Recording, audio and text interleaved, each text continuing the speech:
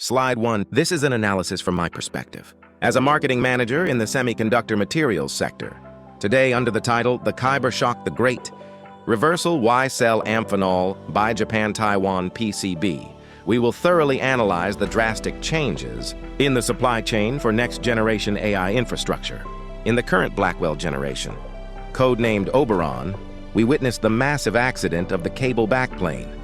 Seeing the bundles of copper cables filling the back of the rack, many investors thought, are PCB's printed circuit boards becoming obsolete? In fact, PCB manufacturers' stock prices softened due to this concern. However, let me assure you that perception is completely wrong. In the next generation Kyber architecture arriving in 2026, PCBs will return, larger and offering more overwhelming value than ever before. Why not cables? Why back to boards? US, GCE, and the Erie giant trained by Apple ZDT. I will unravel the full scope of the Kyber shock that investors are overlooking, along with the 100 billion yen market opportunity hidden therein, backed by technical evidence. Slide 2. Oberon NVL72, the reign of copper cables. First, let's review the design philosophy of the current Blackwell generation, specifically its flagship, the NVL72. On the back of this rack, over 5,000 copper cables are stretched out like a nervous system.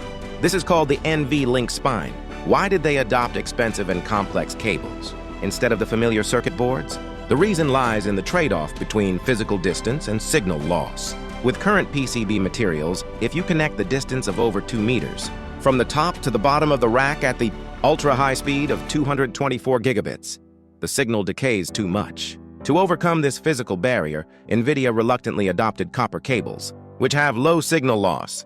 The winner of this generation was undoubtedly Amphenol, the American company exclusively supplying these cable bundles. On the other hand, PCB manufacturers, who had supported the backbone of servers until now, temporarily lost the high value-added backplane market and had to swallow a bitter pill. Slide 3, enter Kyber NVL576, the vertical revolution. However, in the next generation Kyber rack, arriving from 2026, this convention will be overturned once again. Kyber is a new rack standard equipped with the next generation GPU, Rubin, designed to operate up to 576 GPUs as if they were a single massive chip. The biggest change here is the shift to vertical blades. Until now, it was common practice to insert servers horizontally like drawers. But in Kyber, blade servers are inserted vertically, like arranging books on a shelf.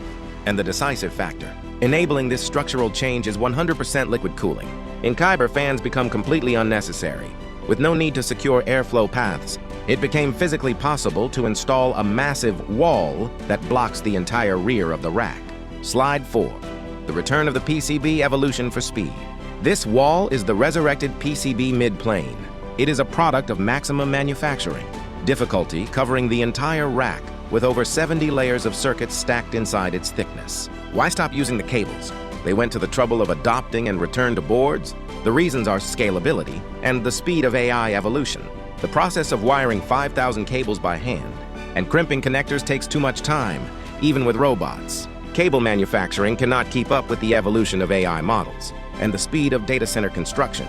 On the other hand, PCBs, once designed, can be mass-produced instantly using photolithography techniques to create complex circuits. This is not a technological regression, but an evolution for mass production to meet explosive demand.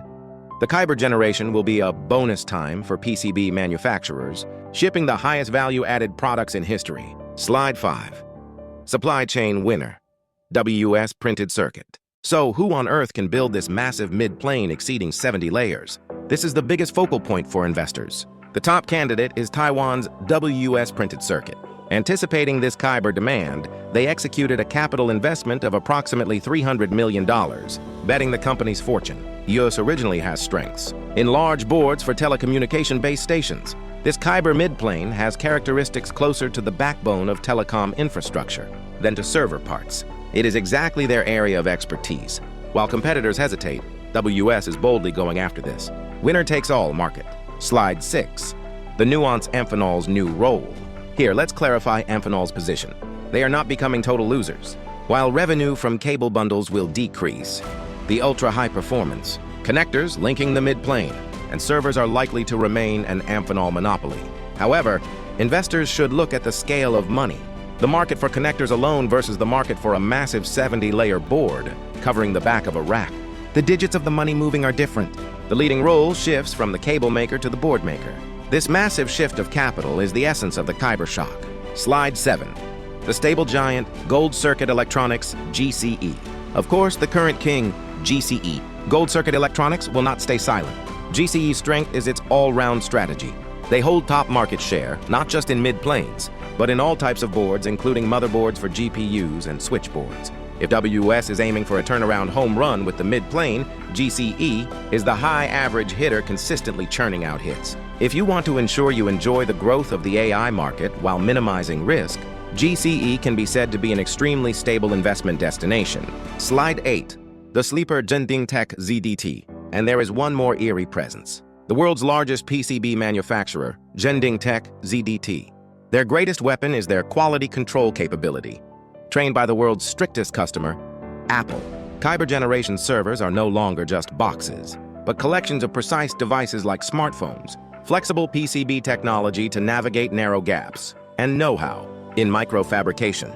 In this era, where servers are undergoing smartphoneification, their experience becomes a powerful weapon. Should main suppliers fall into supply shortages, they might become the Joker, sweeping the market with their massive production capacity. Slide 9, the 800V power shift. Finally, let's touch upon the power revolution. Kyber rack power consumption reaches 1 megawatt. With the traditional 54-volt distribution, copper bus bars alone would weigh over 200 kilograms. So Kyber introduces 800-volt high voltage, direct current HVDC, the same as electric vehicles. By increasing the voltage 15 times, the current is reduced to 115th, drastically cutting copper usage. This is also a big opportunity for suppliers, making power supply units, such as Delta Electronics and Light-On, to shift to higher-priced products. Slide 10. Conclusion. Don't count PCBs out. In conclusion, investors who wrote off PCB manufacturers after seeing the cable adoption in the Oberon generation will face a significant opportunity loss. The transition to the Kyber generation is not just a return of the PCB, but a super evolution. Giant midplanes exceeding 70 layers, 800V high voltage support, and Apple standard precision. The higher the technological hurdles rise, the stronger. The monopoly power of top-tier companies like WS and GCE becomes, and their profit margins will improve. From the era of Amphenol dominance to the era of PCB manufacturer resurgence. Do not miss the swing of this massive pendulum.